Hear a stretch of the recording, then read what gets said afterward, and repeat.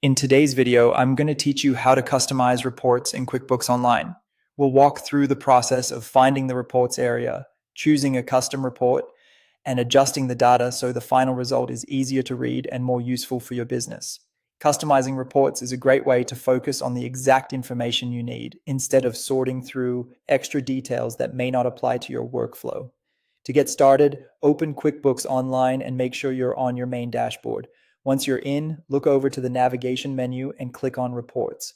This is where QuickBooks stores all of its standard and saved reporting options, so it's the starting point for nearly any reporting task. After the Reports page opens, click on Custom Reports.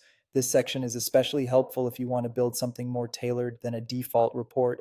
It's also where saved custom versions can be accessed later, which makes repeat reporting much faster.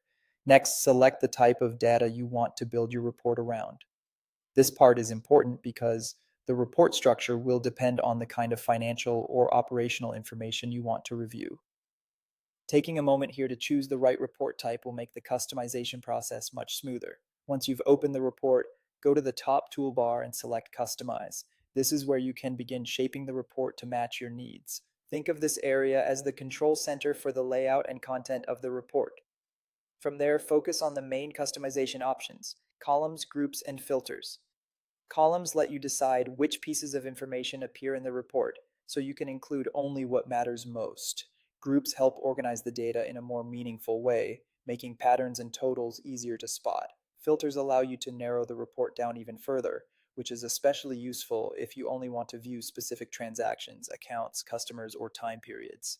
As you make changes, keep an eye on how the report updates so you can confirm it's displaying the right information. When the report looks correct, click Save As or Save.